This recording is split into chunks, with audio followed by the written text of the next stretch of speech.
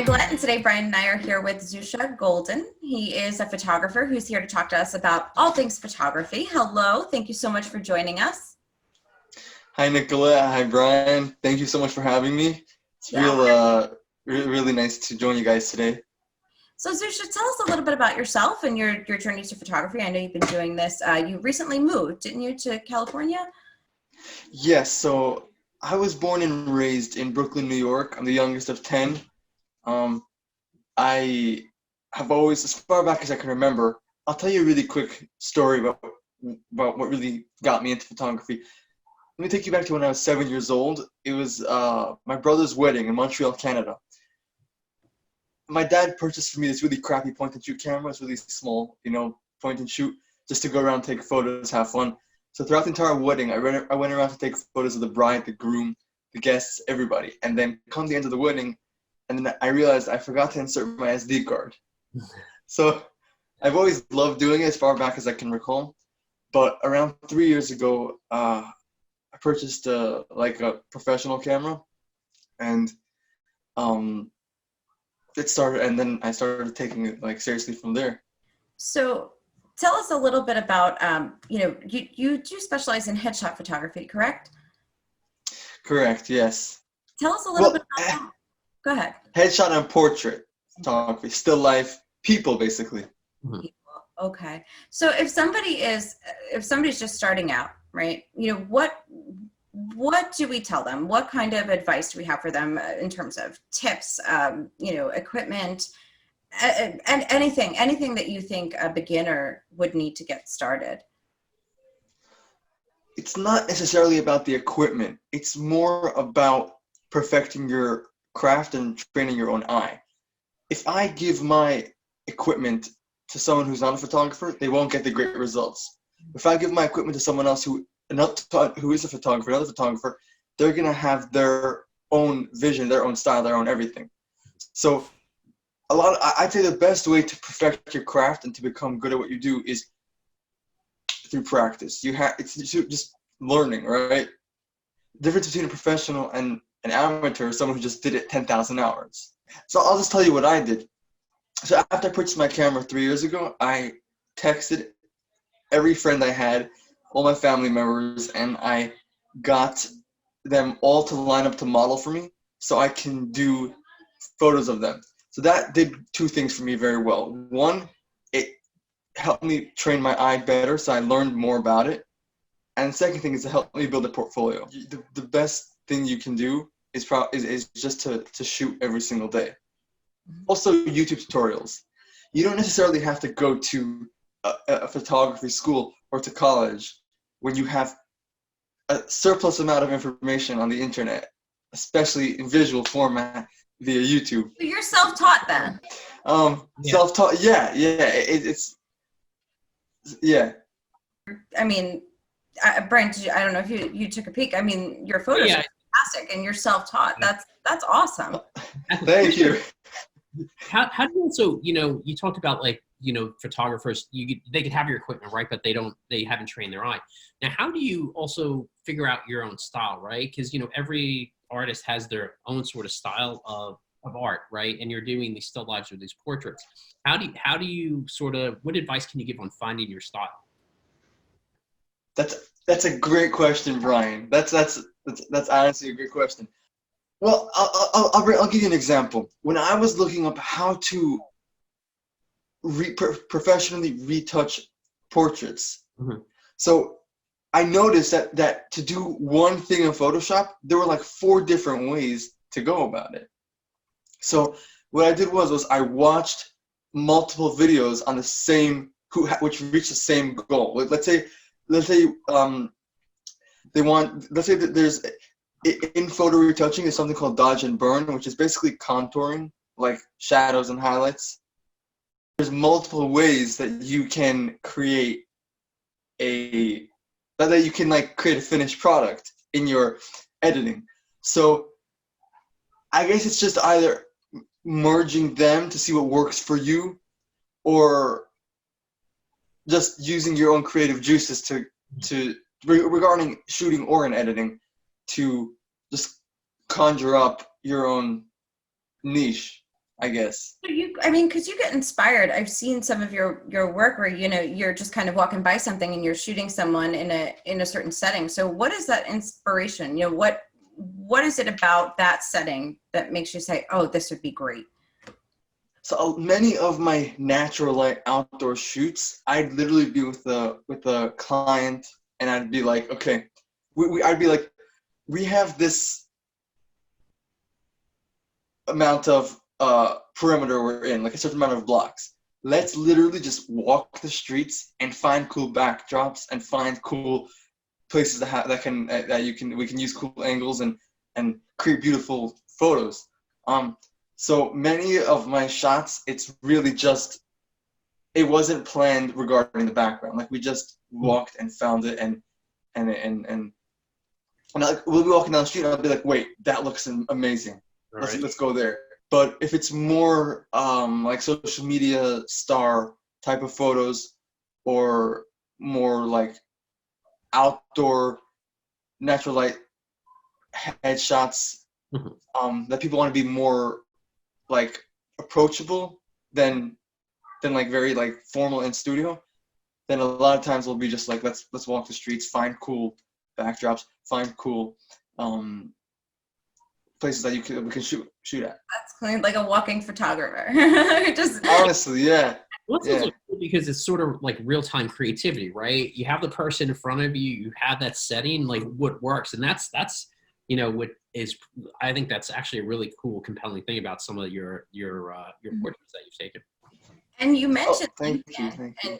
And Zusha, I wanted to bring up LinkedIn because I was reading something you posted recently about LinkedIn headshots, and you know, do you want to? So my question is, what makes a headshot, or you know, I mean, what makes a headshot appropriate for LinkedIn versus what's the best setting, or what are the characteristics of those photos that kind of separate, let's say, LinkedIn from Instagram profile photo from Facebook? You know, what is it about the pictures themselves?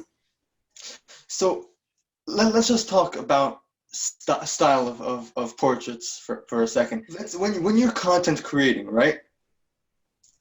You can create content overall, but many times content that you will post on Facebook, you won't post on Instagram. Content that you will post on Instagram, you won't post on Twitter. Twitter, you won't post on TikTok. TikTok, you won't post on LinkedIn, right? So it's the same mindset. Regarding Instagram, you want it to be, well, let me just start with LinkedIn. Most people that hire me, they tell me that they want to come across. I ask them, what are you trying to come across as? Mm-hmm. And they say they want to come across as approachable, yet professional. They want to be friendly, but still look like they know what they're doing and they're trustworthy. Right. So, yes. So that's regarding LinkedIn. It's usually going to be more formal, more technically planned. Whereas, like as we're speaking about the backgrounds, like walking outside with natural light, that style might be used more for Instagram, TikTok, and even Facebook. But yeah, so that's regarding the different platforms, type of usage of photos. And YouTube, I guess you can use anything on YouTube. Yeah. Also, you have to take into account your age demographic of your followers on each platform. Like on TikTok, even though you might be having you might have the same message.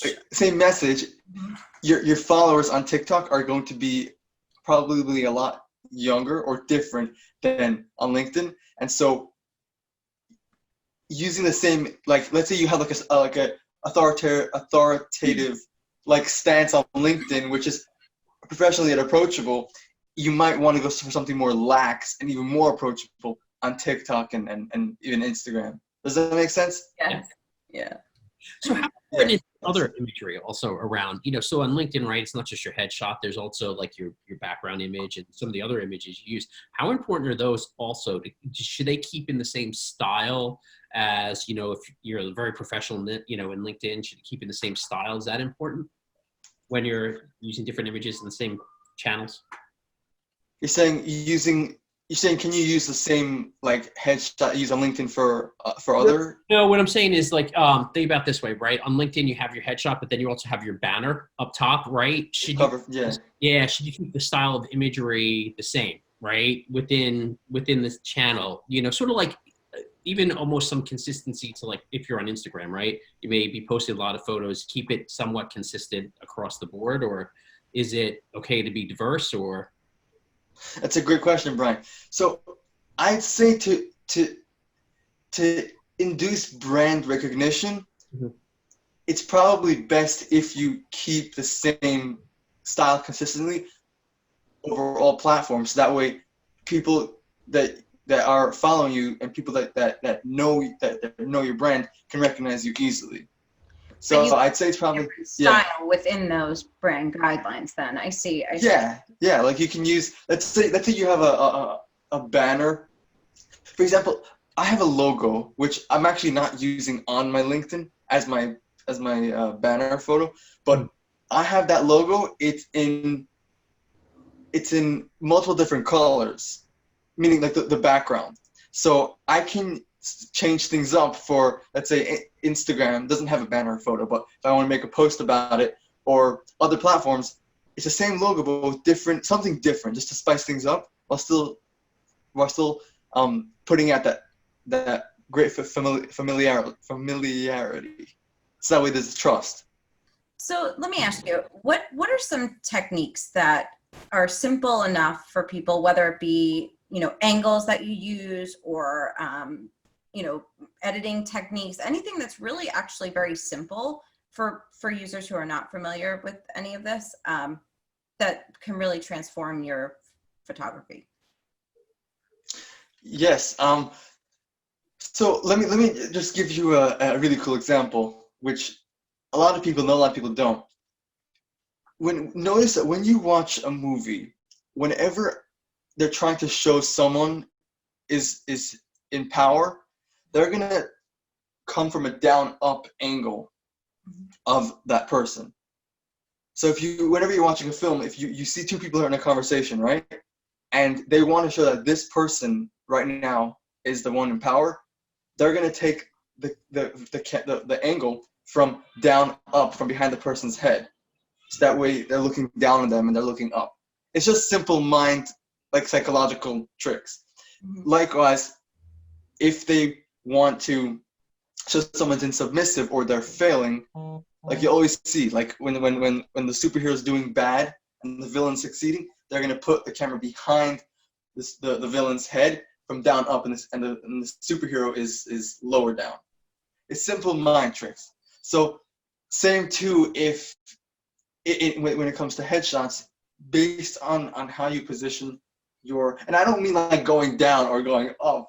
I mean just simple, like this can make a big difference. Mm-hmm.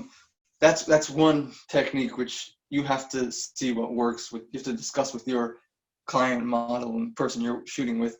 I'd say another thing regarding posing is I'm not sure if you're gonna be able to see this, but basically if you stick your neck out a bit, it accentuates your jawline, and that creates a sharper jaw. And so, well, I don't know if you can see this, but you see, okay, do you see my jawline here? No, you see that? Yeah. Mm-hmm. So basically, just sticking your neck out a little bit like a duck. Yeah, you got it right, Nicola. Okay. Yeah, Ryan, you got it right. Exactly. So, from my modeling days. No, I'm joking. Cover of Vogue. That is.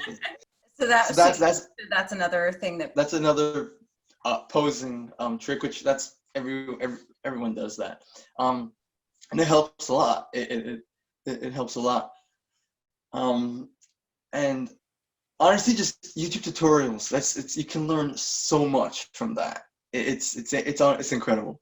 What about editing? Are there any tricks that, I mean, I've been following you. I see, you mentioned, people in the 90s edited way too much, right? I mean, and you talk about, so what kind of simple editing do you do that's different from that? When I'm looking at like the 90s and early 2000s or even mid 2000s, like portrait retouching from like magazine covers, I'm bewildered by whatever the editors were thinking. The people they don't just look with no blemishes and no flaws. They look like they're glowing, like someone put a flashlight inside their body and it's emitting like this light. Like it doesn't look real. Besides for the horrible standards as promoting to society, but it looks like they're like, I don't know how to explain it. So And flashlights. yes. Before you even mentioned that, I was gonna throw that out there. Sometimes less is more. Try to keep, for example, I won't remove like beauty marks or moles or stuff that is ingrained in people's faces, blemishes and stuff that's not gonna be there tomorrow. Like it's a pimple or something. So I'm like, why keep that in? Mm-hmm. So that with a little bit of general skin cleaning up and stuff, that I do, and that's more my style. But I just recommend just to stay away from that over editing with like the whitening of the eyes, where there's a light bulb behind the eyes as well, Yeah. Try not to get your model to swallow flashlights, is what we're saying. Right here. Precisely. Exactly, Brian. Exactly. So, one other thing I wanted to bring up, and I know we have to wrap up in a couple of minutes, but you mentioned you talk about even shooting, photographing behind the scenes on a movie set and things like that. So you're self-taught. So let's take it back. You had a passion. You're self-taught. You moved to California. You've got all these clients. Like, what is your advice for someone who wants to get into photography as a career, who didn't necessarily go to school for photography? Is it possible? And I guess it is, but is it possible? Example. Right. So what should people really do if they want to make money at photography? So let me be honest with you. One of my biggest hindrances, is that even a word? One of my biggest things that's holding me back was, and is a lot, was self-doubt.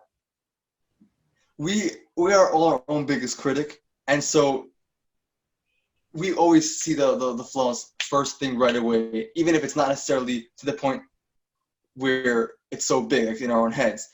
So I'd say that is honestly probably, I can't speak for other people, but for me, that's definitely one of the biggest hurdles over many, like anything else almost. I'm sure you know the saying, it's not about what you know, it's about who you know. Mm.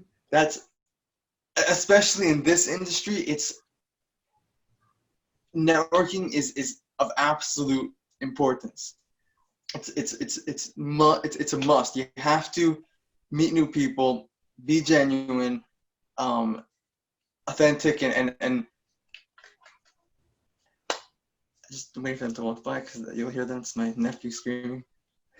So it's really all about networking, meeting new people, and showing up when you might not want to, or you might feel like it might not work out. As like I was speaking of self-doubt. So showing up and consistently. Same applies to social media.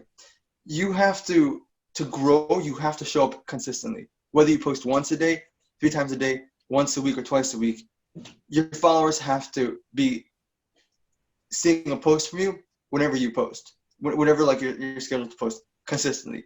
No excuses. That's one of the biggest ways to grow on social media.